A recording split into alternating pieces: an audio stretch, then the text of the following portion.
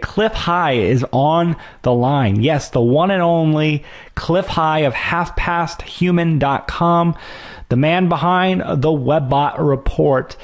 And he creates these reports through what he calls predictive linguistics, collecting data from all over the internet, all over the world.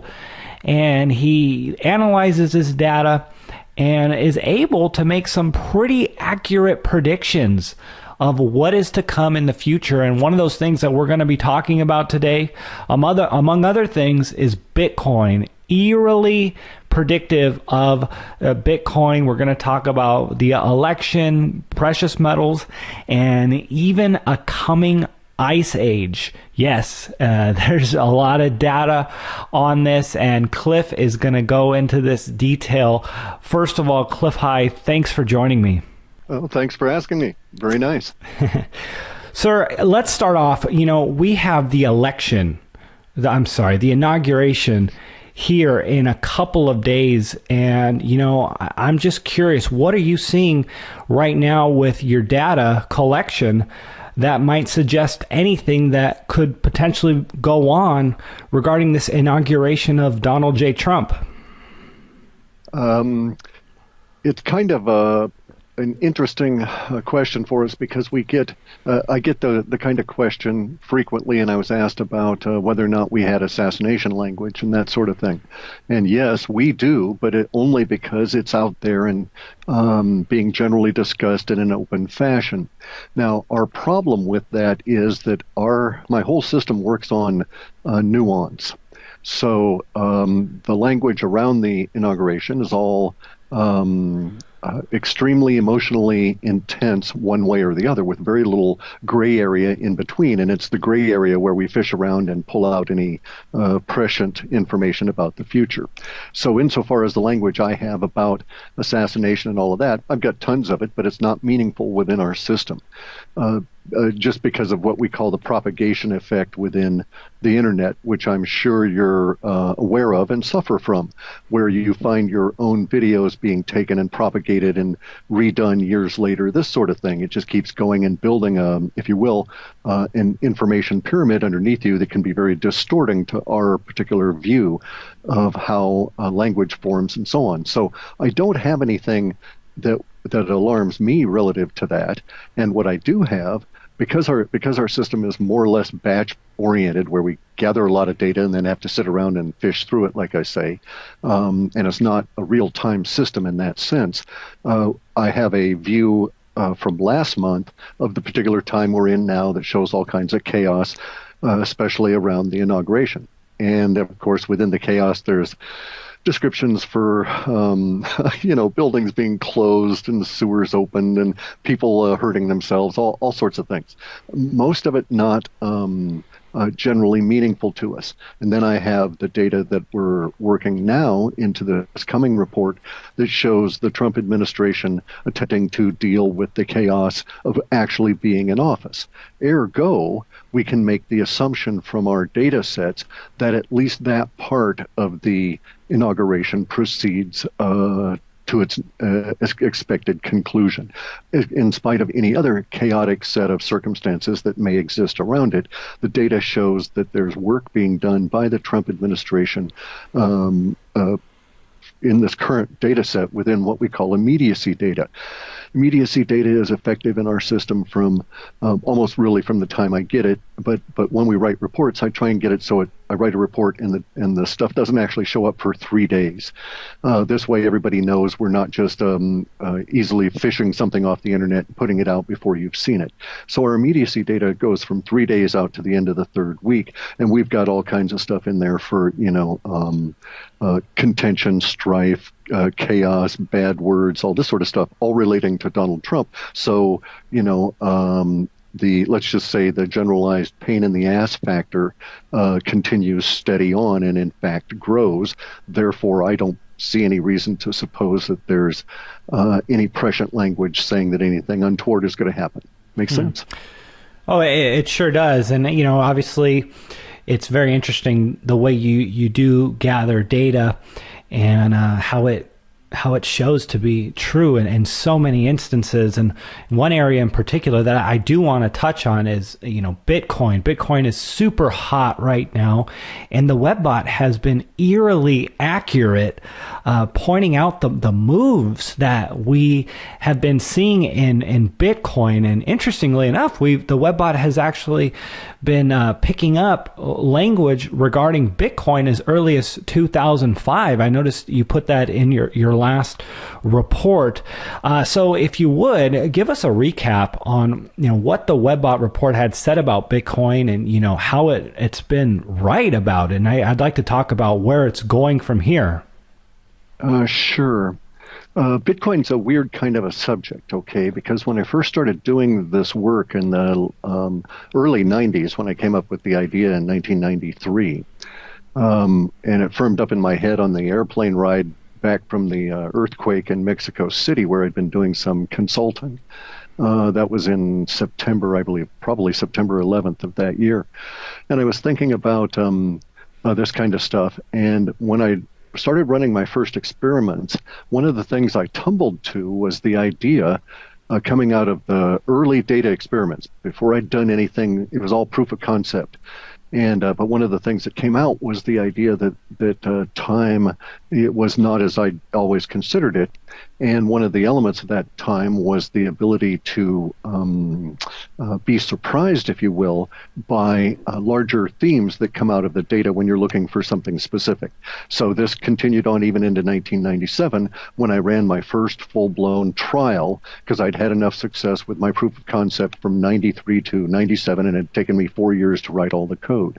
And so I run my first trial, and within all of the other stuff in there that misdirected me, because bear in mind I was setting up this system because I was going to try and game the emotional response of retail investors and get ahead of them, front run, if you will, on stock purchases. It was just something to do. I was interested in the concept, and I needed a goal for it, other than just, because it had to be practical and I had to make a living off of it. So anyway, that was the idea. But so I was focused on economics to start. But one of the things that came out was that I was going to see within the next few years an invention that would be analogous to, in terms of its emotional impact on the social order, analogous to the entertainment and radio of the Depression. Now, bear in mind what happened in the Depression. Radio became the technology and started draining away resources from film. And it was eventually evolved into, its peak, which was CB radio in the 70s, which was a ubiquitous, distributed, destructive to the existing technology kind of a system.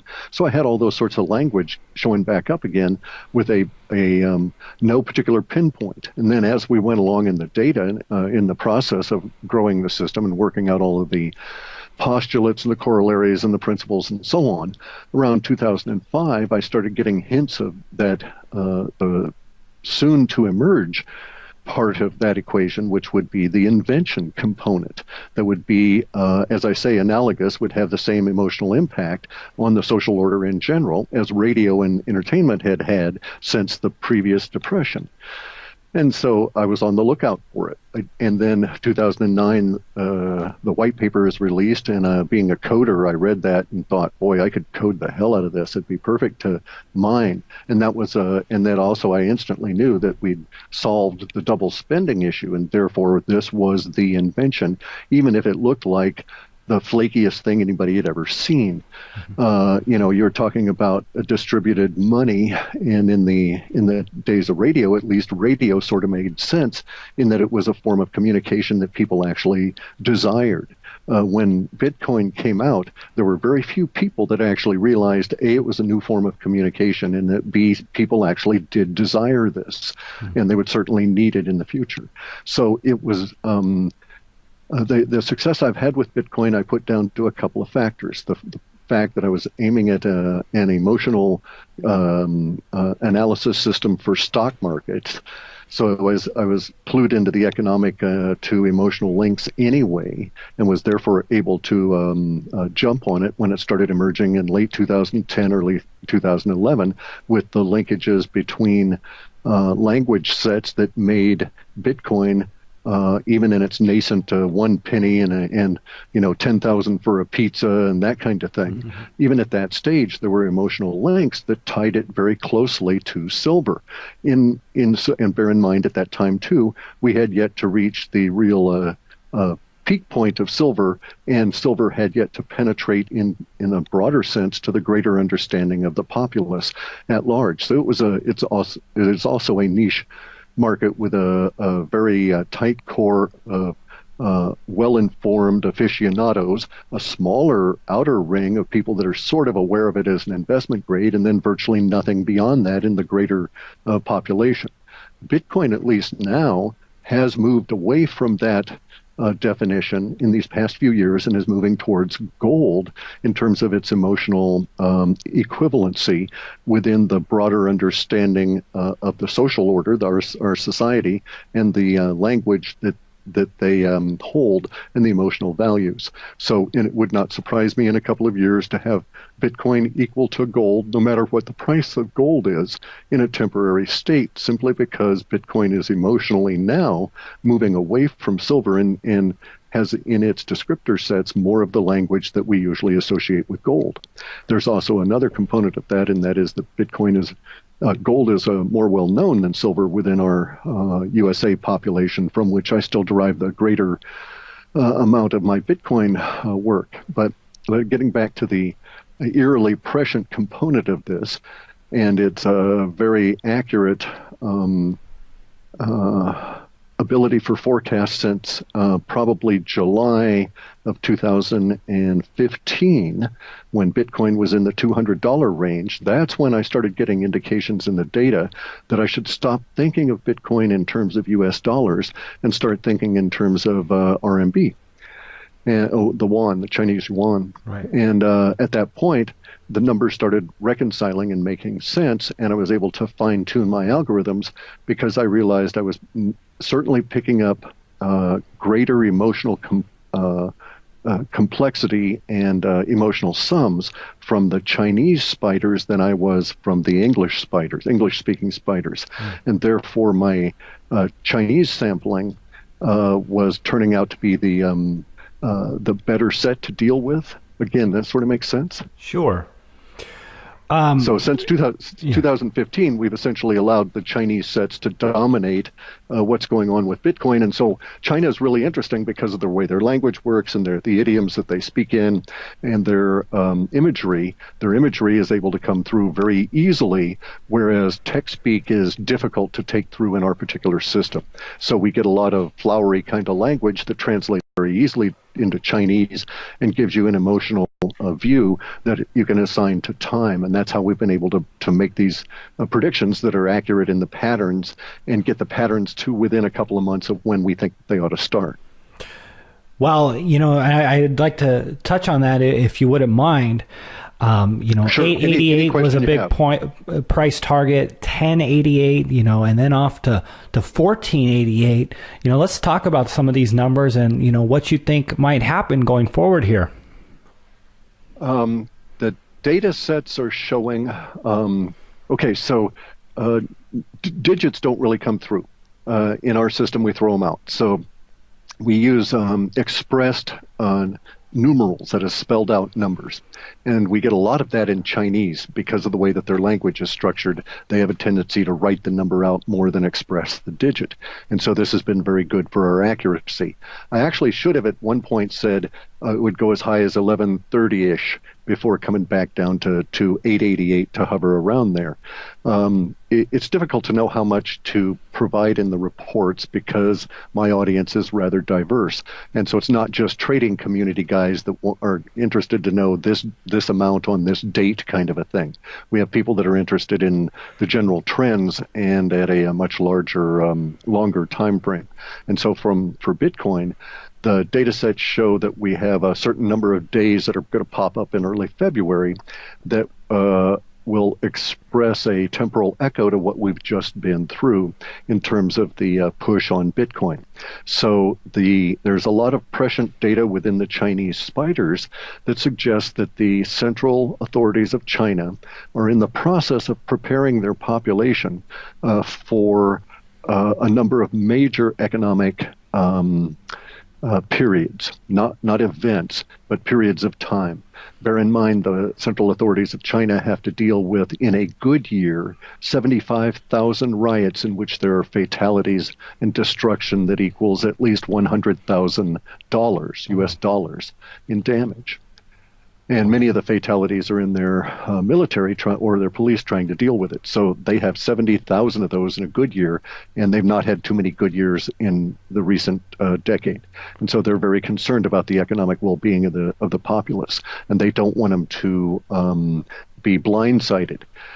So what they've been doing for these past number of years is encouraging their populace to shift into gold and silver at a personal level, and encouraging institutions and corporations to think about a dollar-absent world. And in doing so, they've let out all kinds of prescient language that now we're able to say, aha, the recent moves Chinese have been making, central authorities have been making relative to the exchanges are forecasting or telling us that China is about ready to adopt within the language we get this, as the discarded nephew, Bitcoin. So the discarded nephew relates to a popular image within China in this epic tale that is one of their sort of creation stories called The Journey to the West. And within there, the discarded nephew is the person that is mentored and taken along, and to some extent is the exposition within the story, the point of saying certain things to the audience. You say it through this particular character within that story. And so the implication is that the Chinese authorities are going to mentor Bitcoin and mature it. And so this slides in with our thinking that there's going to be a period of echo here in early February that will see the rise of Bitcoin again in price, which will start off on get us through this 1088 gate and head us towards 1448. And in that getting there, there's going to be a bunch more of these crocodile teeth days where you'll go up a bunch and come down a bunch, such that on the chart it ends up with all these little spiky things that are in a generalized uptrend. But within each and every day, you're going to get downs that may be take you down to the lower than the previous day's close. But in general, the whole trend is upward. I'm not a chartist, so I really don't know the terms to explain it other than that. But the general trend upward will take us to where we're going to have these what we called strange attractors, because I have no explanation for them as to why Bitcoin should want to go from 408 to 428 three times in a particular pattern over, I think it was 4 months, and there it was done with it, and we've never seen 428 again. I have no reason to know why it behaved as it did in the 650s around 658, nor around 888. So we just call them strange attractors like the quantum physics guys do. And because for whatever reason, Bitcoin does things and hovers around there. What we're doing now, according to the data, is we're defining the word dither, D-I-T-H-E-R, which in one of its definition, you can dither around. That is to say, you can spend time in an activity, and it can be called dithering. Dither is also an interesting word because it has a technical meaning, as in like the Bayer dither or the Tompkins heart dither, which are particular kinds of numeric algorithms for expressing things on the screen. But we're defining this word within Bitcoin. So when we leave 888 here and pass through 1088, we may bounce around 1088 for a couple of days, that sort of a deal, but likely not too long. And then we'll see the last of 1088. But I will then be able to go back, whatever day that is, and calculate the total number of days we've bounced around 888. And thereafter, for as long as it holds, I'll be able to, anytime we see the word dither applied to a particular price on Bitcoin, I'll be able to come back and say, aha, it's going to be this amount. Wow. Make sense? Well, I don't understand your system. I to a degree I do, but it is incredible the way it has been able to predict in these movements that the $400 range, $650, and then $888. And, going forward here, I'm very excited. I'm very excited in general about Bitcoin and where it's going. And, does any of your data suggest what Bitcoin's role is going to be going forward with, the governments? Obviously, a lot going on in China. central banks, actual maybe the ushering in of another digital currency. What are your thoughts on this? The data sets have Bitcoin with very long legs, so going out decades. And within those sets, we have descriptors that appear as we shove our model space further and further out. Sometimes these descriptors are bringing back imagery that suggests that Bitcoin is going to be used to settle very large accounts between corporations, and then ultimately act as a state-to-state or sovereign-to-sovereign form of settlement. And the reason it will be able to be used that way is because it's global, and because it basically, everybody says Bitcoin is not backed by anything, but no, it's really backed by all of the people on the planet. If you wanted to think about it a particular way, it's a communication media before it's a form of exchange, and then we call that exchange money and deal with it as though it were currency or specie in our hand.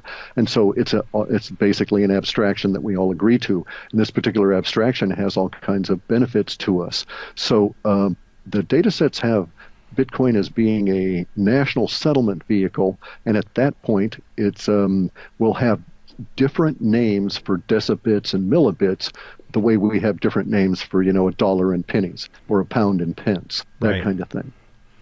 Well, Bitcoin is a perfect transition over to silver and gold.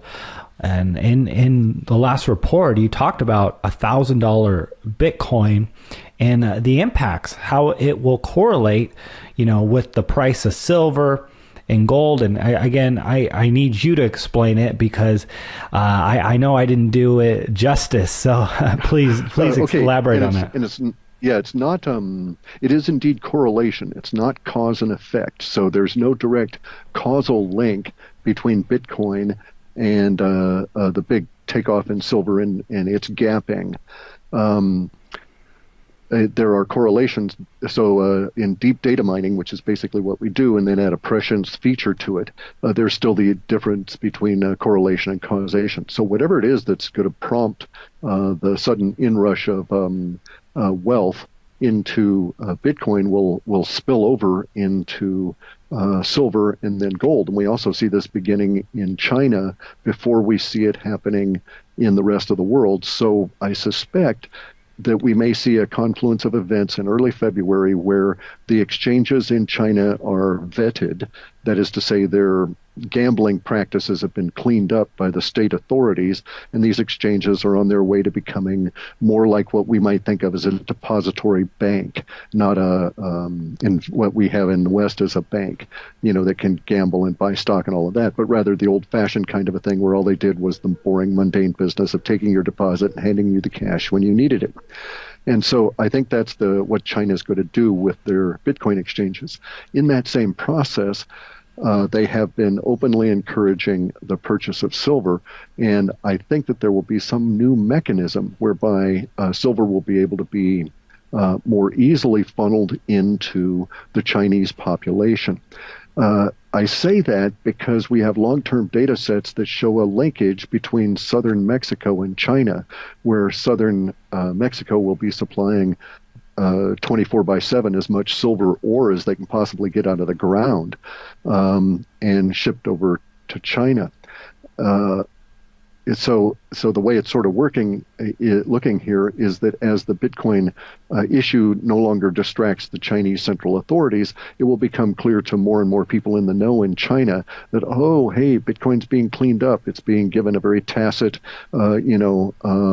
wink and a nod by the Chinese authorities, and we can get in early. That'll start some more impetus into that, but because the exchanges won't be able to be doing pooling anymore, won't be allowed to be doing shorting or trading of Bitcoin, and will actually have to perform actual Bitcoin transactions, this will put some additional strain on the Bitcoin network, slow things down a bit in China, and some of those funds, newly liberated by the new year, will turn into silver. And I say newly liberated because you have to understand that the Chinese central authorities have to allow the safety valve of a certain amount of money going out of their country. And they know that they're going to have this bleed until they change things, and they're in the process of engineering that. But the bleed is reset every year with the Chinese New Year, which I think is the 28th, starts on the 28th of this month. And so after that, everybody in the country will have the ability to have, I think, 50,000 yuan able to be located offshore. So there will be a big push for that to be converted into something to get it out of the RMB and yuan, which is being devalued as we speak against the rising dollar, just so China can think itself sort of staying a little bit competitive. And that coincides is an analysis with our forecast of these early dates in February, where certain things are going to occur relative to the price of Bitcoin along the projection that you read in that last report.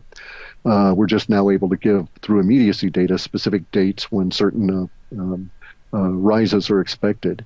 And that's also going to create this, if you will, a spillover effect into silver. The impact on gold is less.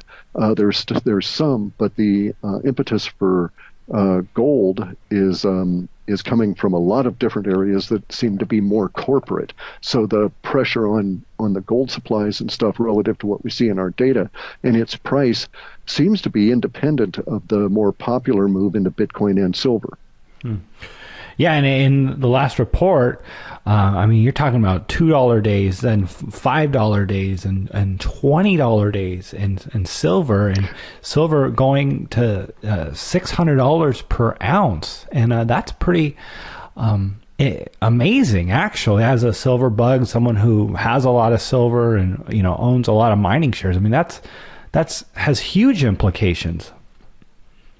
It does. It's going to be a really weird world as that occurs. It's going to affect everything from the price of solar panels to, silver in medicines and this kind of thing. So there's a lot of different ramifications to that.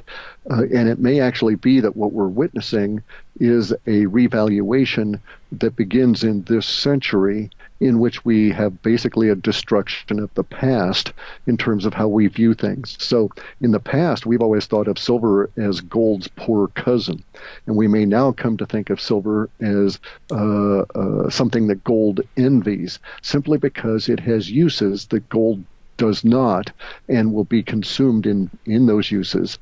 And our movement as humanity into those kinds of things that use silver is going to be increasing at a very rapid rate. So the rate of increase and rate of destruction of silver is going to increase as well. We have stuff in our data sets that go to the point of silver being too precious to use as money in the 2020s, where governments will basically declare silver to be an extreme strategic resource and do everything they can on bended knees to get the population to dishoard because we're desperate for it for technologies.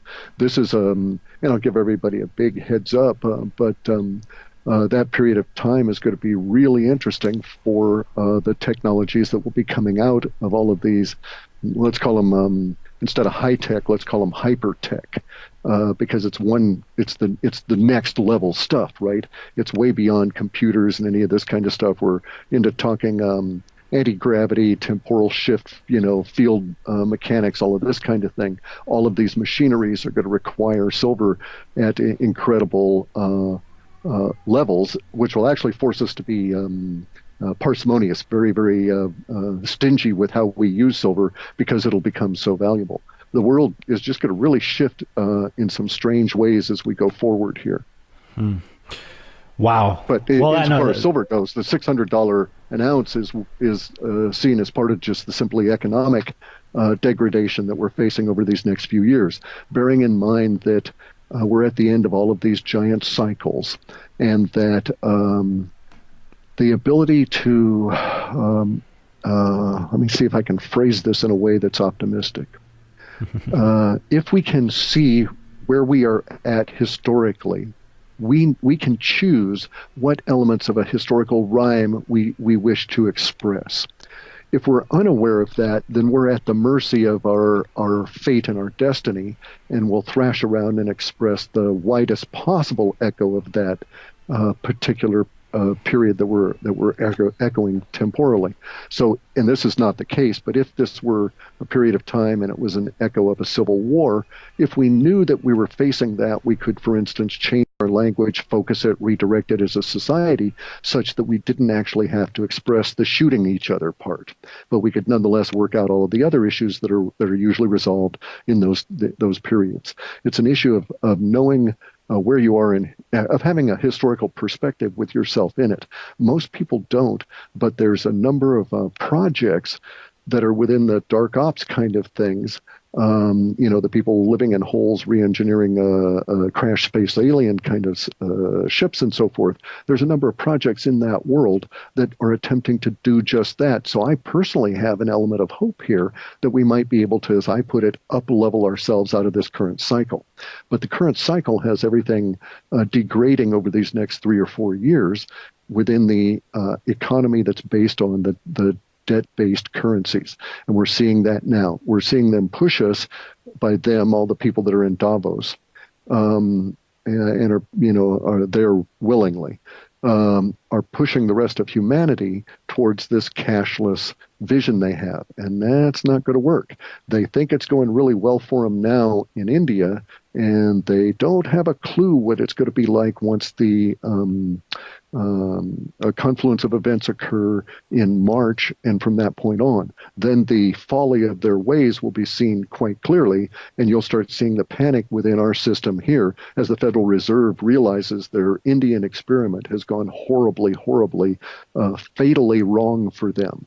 And it's that point in this part of 2017 that we see this movement within the wealth going into Bitcoin, gold, and silver that's entirely independent of what's going on in the debt-based currencies and all the debt-based equity or shares markets, because it's not equity. You don't have equity in there. It's just a mutual exchange of debt. And so it's kind of this weird divergence or bifurcation, which we really wrote about in December's report. I love the way you put that up, leveling yourself, out of the current situation, and it really comes down to just being educated and prepared. And I know that's something that you're very passionate about doing, sharing this information with people. One of the things, self-interest. I'm not necessarily a good guy. I just don't want to live in a world full of a lot of people going absolutely batshit crazy if I don't have to. Well, I want to talk about the world changing here, and something interesting. We're going to change topics, and you're predicting a mini ice age from 2025 through 2050. Obviously, this is against the mainstream narrative of mankind's significant impact on the environment, causing global warming. Yes. And what's coming up in your reports. I've got to ask you, what leads you to think that we are going to face this ice age, and what is that going to look like? Well, here's the thing. I pride myself on being a self-taught engineer. Okay, I've built sawmills, I've engineered and crafted boats, worked with my father building boats since I was about 5. So when I see the stuff in the data sets, I don't just assume that it's going to happen. If there's a possibility that I'm seeing something in the data, I go and check it out if I can. Once I get done with looking at the report or with the data for the report, I go and say, okay, if this is to occur, then X, Y, and Z logically must be happening at this point. And so in the case of the Ice Age, way back in 1997, the first full run I did, I was looking for Stanford University Network. That was just my target stock I was going to go on because they were hot. There were a lot of retail people that were investing, I thought, at the time. And basically, I was going to get in the system and use the knowledge to buy some Stanford University network computing stock and then sell it and make money. Well, the first thing that came back was vast quantities of information about our sun having a disease, and which it brought back all this long-term data. And I can go into why that was the case, but anyway, all the long-term data was focusing on this ice age coming up. Now, I'm in my 60s, and I was born in the 50s, and during the 50s, there was a huge debate of all these scientists at the time as to whether we were going to flop Venus or going to go flop into an ice age and go hot or go cold. And the consensus at the time among people that really thought about it very deeply was that we were going to oscillate back, forth, but that so far the planet had never, ever, ever flopped into a Venus kind of stage, because you never recover from those. And so the expectation is we were going to end up as an ice age. And it makes sense. If you just look at it, never in our human history never in history on this planet has it ever been in a Venus-like condition. Mm-hmm. And also, then you can go and you can look at the proffered by the powers that be, that is to say, academically supplied information from all of the studies that we've paid for with our taxes over the years that show the climate data going back thousands and thousands of years. And in fact, in their minds, hundreds of thousands of years. Now, I can sort of screw myself here and say I dispute many of their ice cores as being as old as they think they are, and I can prove why that's not the case. But nonetheless, my point is that those ice cores go back at least to the end of the previous ice age. And so if we look at those ice cores, we see that, well, about 1436 through 1484, which really prompted Columbus's expedition more than people realize, there was a mini ice age back then. No humans were driving SUVs and stuff at that period, but just before that ice age, what happened? Why, we had huge amounts of carbon dioxide growth to levels that are almost what we have today. And insofar as what we can determine from the ice field studies, we've had periods of time where there was higher levels of carbon dioxide than we have today, and it invariably leads to two things occurring. The oceans suck the carbon dioxide out of the air, and for whatever reason, again, I can get into the mechanics of that, but and then during that process, we go into an ice age, and it's happening all over again. Now, what's shocking me is how rapidly it's happening. I thought we had until late 2018 before we would have massive impacts on our food system, and that's occurring now. It's happened these past 2 weeks in Europe, to the point where they're now having to import fresh vegetables from North America because they've lost most of the vegetable crop in southern Europe that usually feeds northern Europe. And so this was 2 years earlier than our long-term data. Our long-term data is not so accurate in terms of when the details are. Long-term data is effective usually it runs about 19 months out, but there's components in it that go out in a multi-generational. And so when looking at it from way back in 97, I knew that we were looking at about 20 years, but which, 2017 should have paid attention. But anyway, I didn't know if it would be 20, 25, or whatever. And so recently I'd expected some of these things to occur as forecast in our data sets, but again in long-term data, and I didn't expect to see them until 2018. Well, they're showing up very early in 2017, which is not necessarily a good sign at one level, but at another level, at a social order level, it is fantastically good. And so let me divert for a second and say it is better for us as a society here in North America that have been kept mushrooms, grown as mushrooms in the dark, fed manure every day in terms of the information. It is far better for us to get slapped in the face hard with an iced up cold fish this year and to have that shock strike us viscerally, such that we get off of our collective butts and start reacting to it, than it is for the ice age to creep up on us over these next 2 years, while the powers that be are waning in their influence, but nonetheless still able to influence the collective thought. So in my thinking, it's much better to have the powers that be have their climate warming chair kicked right out from underneath them, as we actually have mega food crisis planet wide, because that's going to get everybody's attention, and we'll get serious about this. Because if we don't, the potential for near species level extinction, at least insofar as the developed world is concerned, is very real. We may be squeezed by the ice for a number of years before the new lands appear in decreasingly smaller areas upon which we can live and hope to exist. Need not be that way. If we know what we're facing, we can get hard about it and get onto it now. But if we don't, we won't make any preparations, and then we'll simply have to react. But we have to say to ourselves, the Bosphorus is frozen over. That doesn't happen that often that you don't have sea traffic going through the Bosphorus Straits. We have ice. Two major rivers in Hungary are frozen, Danube and the Tule Sea. We've got Northern Europe frozen. We've got snow in places in Spain that have never had it before, and it's record snow causing buildings to fall over. We've got huge winds that are destroying greenhouses in Holland as we speak. England is under the coldest winter ever. We've got Venice frozen over. The canals, even the lagoon in Venice is frozen over. And as forecast, by the way, I noted in one of the recent reports that pretty soon it was going to be just the only places that had flowing water were those areas that had it next to the sewage. Now, also bear in mind something about Venice. If the freeze continues because of the age of their pipes having never ever been frozen before, when it thaws, they will find that they don't have water in Venice anymore flowing anywhere, and it's nothing but sewage dumping out everywhere as they try and recover 400- and 500-year-old piping systems. Wow. This is going to happen all throughout the region there. We've had people in Bangladesh that are filling their hospitals because they don't have warmth. Same thing. We've had people in India, Pakistan, and Kashmir, and southern China that are having to relocate simply because they don't have protection against extreme cold. So this is the supposedly the warmest year ever, and that the recently as 6 months ago, the Democratic National Convention people were saying they needed to use the RICO Act against people like myself that are saying that there's an ice age coming and that I was somehow perpetrating a fraud.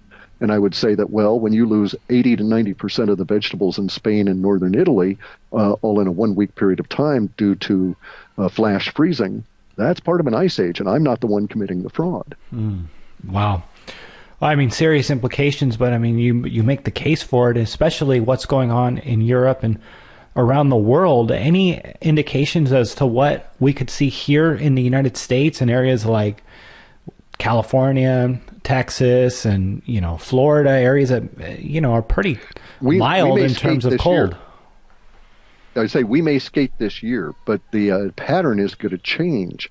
So it's not going to be so like people in Texas are thinking, oh, okay, it's extremely warm and wet there at the moment because of the current quasi-monsoon that's dumping, and it's has been very cold and then wet up here in the Northwest, but as part of the same atmospheric river that's coming in. But the new pattern is going to be what we're seeing in Spain, and that is to say giant atmospheric rivers, rivers in the sky is how I put it in the reports years ago, that rivers and lakes in the sky were going to come along and dump on us. And a river in the sky is different from a lake in the sky because a river might just dump on you for days and days and days and days until it's exhausted.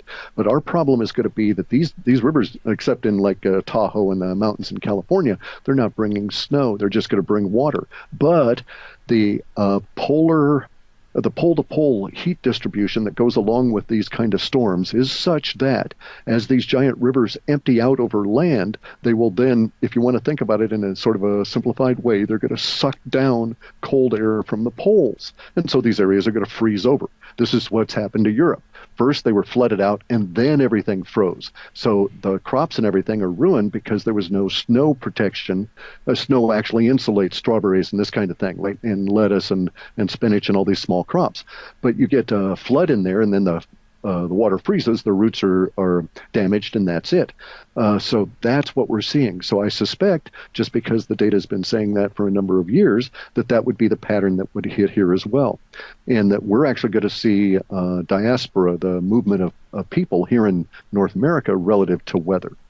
We're seeing it already, some of the impacts, for instance, in the Yukon, in crushed up ice, or not even crushed up ice. There's this weird situation going on now in many of the far north rivers where they're flowing ice crystals, and this is also happening in Europe. And if you stick something into that river, that's even if it's warmer than the river temperature, the flowing ice crystals will just grab it as though it was a hand and suck it into the river. They'll freeze around it almost instantly. And so you can set a cup of hot coffee in a ceramic mug in this bit of ice, and everything freezes instantly with the hot coffee still being hot temporarily. Wow. And there's a huge giant block of ice forming around it. That's screwing up all kinds of power transmission, bridges, this sort of thing. Also in Venice, we've got the situation where the piazzas are freezing. The ice is pushing Venice isn't built on land. All the houses are built on pilings. It's starting to push the buildings and the bridges and everything apart from each other. And so this is the expectation that we're going to face this for at least, most probably, I would think, the next 30 to 40 years of your life and your generation. So you guys have got to get, we've got to get serious about dealing with this and planning for how we're going to cope with these kind of things. Well, this is going to be a complete curveball to conventional wisdom, conventional understanding, considering what, we all understand and, hear from the mainstream media, which is we're getting hotter. That's this ice age information is not being told to the average person, and it's going to be such a major shock. And then you throw in the economic collapse on the horizon. It's just this huge perfect storm that's on its way. It's just that way too, though, from the 1930s. And if we look at it, it's a temporal echo. The echo we're in now is actually more of an echo of 1918 and the period of time, which was the collapse of globalism at that period, okay? But combined within there is all of the stuff that went through the 30s and the 40s, the war cycles and all of that. We're in this echo. So, but we're up-leveling because we have so many more people. So instead of having the Dust Bowl to contend with, and there's a whole lot of people that will tell you in the 1950s, hey, this Dust Bowl we just had is a sure sign of an ice age. You get this stuff happening before every giant ice age, giant areas of drought, and it's all connected in this thermocycle that moves heat around the planet from the equators up to the poles, and this all occurs because of the sun. So for a period of time, you are warmer. Just before all of the ice ages, even in the Maunder minimum, just before that period of time, things become very idyllic in terms of their temperatures, and then they get a little bit too idyllic, a little too hot, and then boom, it starts crashing into the cold, and it has to do with basically how our planet takes heat from the sun gathering areas and moves it up to the poles. So yes, this is going to be disruptive, but the narrative that I'm stating now relative to the Ice Age is actually supportive of a lot of the economic stuff we've seen, where Bitcoin, for instance, is going to be used as a cross-border settlement method because it won't require moving physical goods, which will be increasingly difficult for a few years during the Ice Age aspect of what we have to deal with here. Now, on top of this, of course, I have to point out we're in the midst of a giant energy crisis, and we just don't know it yet, and that's going to contribute to the giant crash or a confluence of forces here, not a crash, but a confluence of forces that are putting pressure on humanity such that we will stand up, no gender offense here implied at all, man up, and face the future and get on with things, because here's where we're at. When they first started drilling oil wells in the late 1800s in Michigan, they were getting a 500 to 1 return in energy. So for every instantly, I mean almost staggeringly instantly, for every barrel of oil they put into drilling, they would instantly get 500 back, and they were able to maintain that 500 ratio out of that well for years.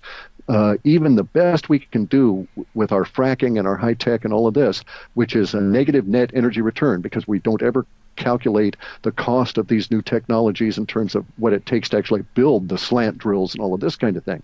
But even the best they can do is a 5 to 1 return on investment, calorie for calorie or BTU for BTU in petroleum. And our society does not function on anything less than about 15. At 12, we could survive, but at 15, we can sort of grow about maybe 1 or 2% per year. So the Federal Reserve is fighting a losing battle here. They'll never be able to get growth out of a population that isn't growing and an energy supply that isn't growing. And at the same time, we now have a depletion of energy because we're facing economic or environmental conditions. They're going to want to suck more BTUs out of us each and every year as the climate becomes harsher and harsher, until eventually we give up and move south. And even that requires more BTUs out of us just to relocate and to try and reestablish and so on. So, and it won't necessarily work because there's no guarantee that the glaciation patterns that we're going to see in the future are going to match those of the past. And in fact, a lot that will argue they won't. But we'll have to contend with it as we go along. This is not seriously doom and gloom, because there's sort of benefits to this. I won't see them because I won't live long enough, but in your lifetime, you'll see land bridges. You'll see so much land exposed around Cuba that ancient civilizations will be able to be, explored and all of their material taken out. We'll see land bridges that will connect India to Sri Lanka to Ceylon. All of this kind of stuff will occur again as these vast rivers of moisture in the air dump snow onto the planet that never melts. And so we start building up glaciers, the oceans retreat, and Bob's your uncle, you got a new landmass to deal with. But you can do things with it. So at the moment, we're going to be squeezed in our technological society, and we just need to, follow the Marines' advice of, adapt, or innovate, adapt, overcome, that kind of thing. We're not stupid. We can do this. We just have to up level. But you don't do that with your head in the sand, thinking that you're facing, you need carbon tax or carbon credit market somehow to affect SUVs that are not being driven on Mars, yet Mars is going through the same thing we are, and they're not being driven on Saturn, et cetera, et cetera, et cetera. All of the planets are going through exactly the same processes at this time, which is all related to what the sun's doing. And if you actually look at it, our solar maximum that we're in now, that drops down to a solar minimum by 2022, but our solar maximum that we're in now is lower than most of the previous solar minimums. So when we hit and we're talking total solar output that we receive on this planet. So if we're talking getting into the solar minimum in 2022, then it's like, hey guys, that solar minimum is going to be lower than anything we've ever seen, aka an ice age is here. And actually, we're seeing the first of it this year. I'm willing to make a bet of I'll even wager a half of a Bitcoin that we will see places in Europe this year where the snow does not melt all through summer and new snow gets on it before the summer ends. Wow. Well, that's a huge statement right there. Man, I can talk about this for another 2 hours, but we're getting to that point. Clif, I want to thank you, first of all, for coming on the show and sharing your information and sharing your knowledge with us. Huge implications. Up level yourself. When it's all said and done, I really want to take that away from this conversation today. If people want to, learn more about what you do and access your reports, please let them know where they would go and a little more about what they will find.